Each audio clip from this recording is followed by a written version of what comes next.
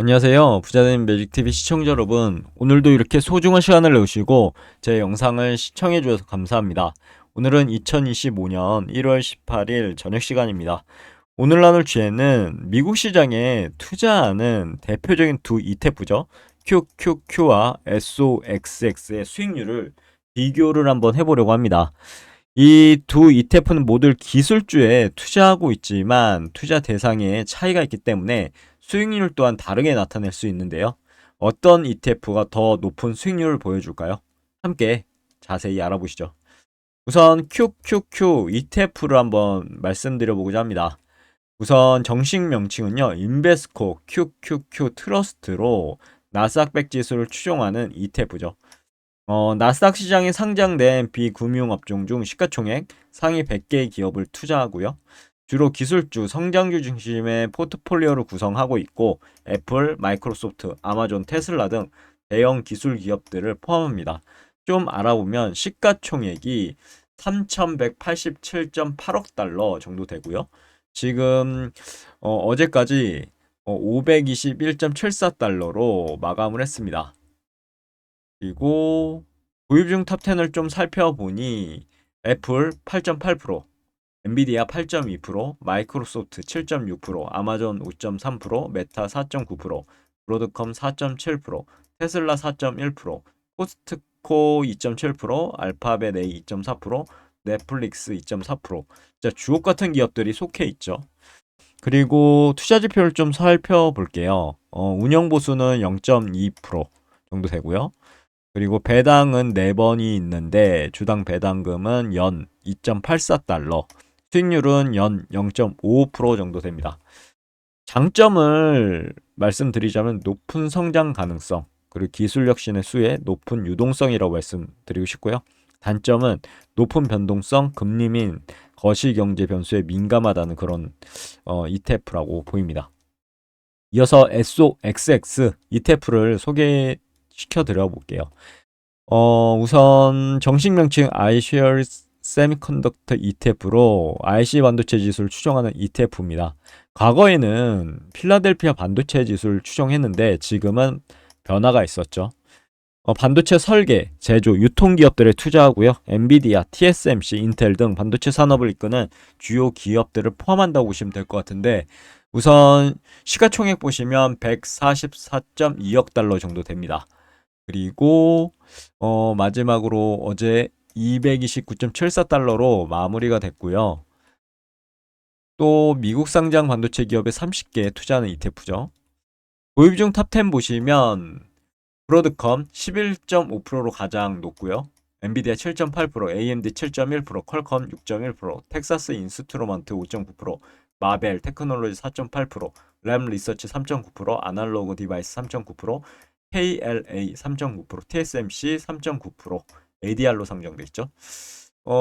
진짜 또 반도체 관련 주옥 같은 기업들이 속해 있는 ETF입니다.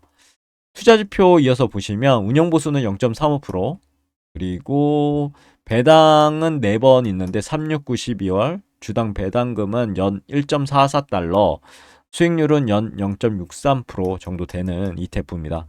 장점 보자면 반도체 산업 성장의 수혜가 있죠. 그리고 AI 및 4차 산업혁명 지금 초입이기 때문에 성장 잠재력이 무궁무진합니다. 단점으로는 반도체 산업이 경기 변동이 민감하죠. 사이클을 좀 타는 그런 특성을 지니고 있습니다. 반도체 산업이. 그래서 특정 산업에 집중된 투자, QQQ에 비해서 낮은 유동성들이 어떻게 보면 단점이죠. 그럼 수익률을 한번 비교해 볼게요. 1일 수익률을 비교해 보자니 QQQ가 1.7%, SOXX는 2.8% 수익을 이렇게 보고 있습니다. 이게 SOXX고 이게 QQQ죠. 보면 거의 뭐 이 정도의 차이로 비슷비슷하고요. 한 달 수익률을 보면 누가 이겼을까요? QQQ 마이너스 2.6%.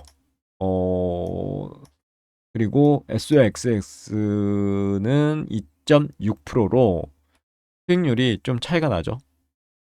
QQQ는 손해를 봤고요. SOXX는 수익을 봤습니다. 지금 상황이.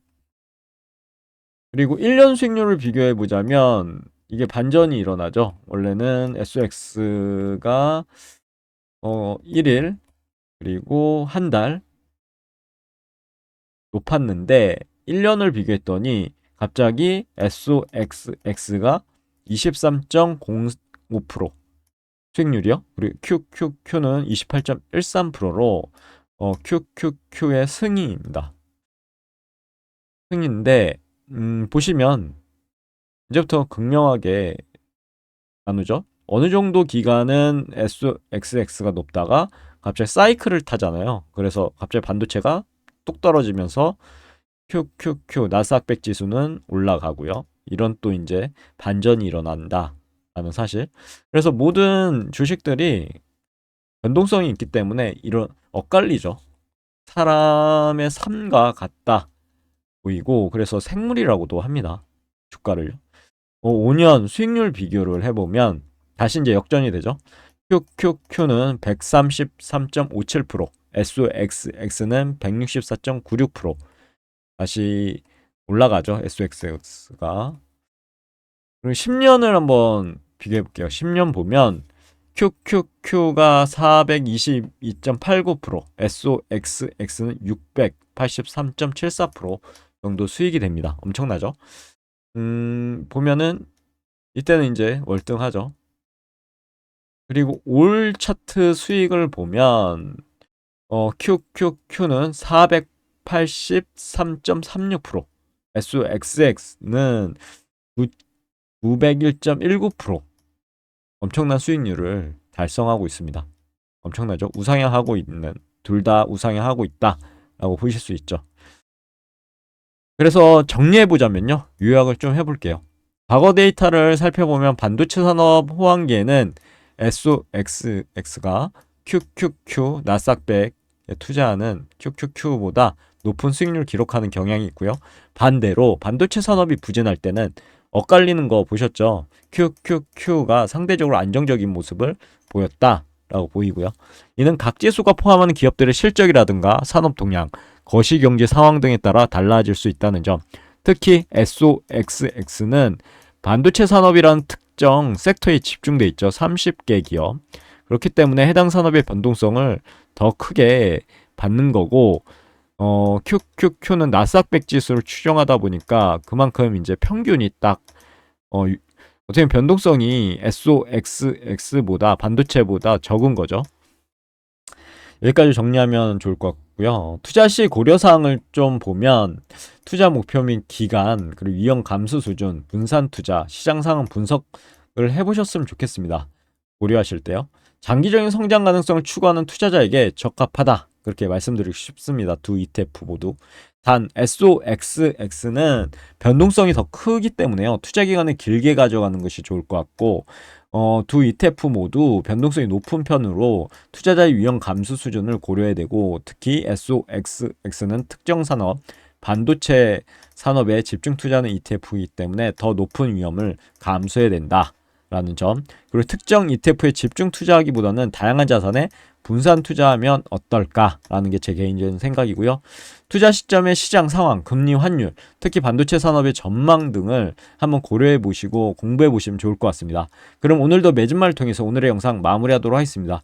QQQ와 SOXX는요 각각 장단점을 가진 매력적인 ETF입니다.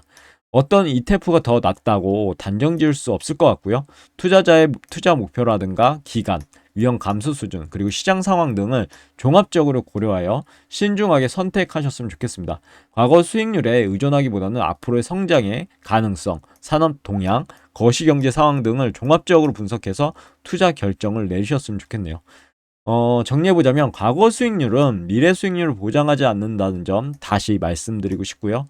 단지 해당 ETF가 어떤 추세를 그리고 있는지만 확인하셨으면 좋겠습니다.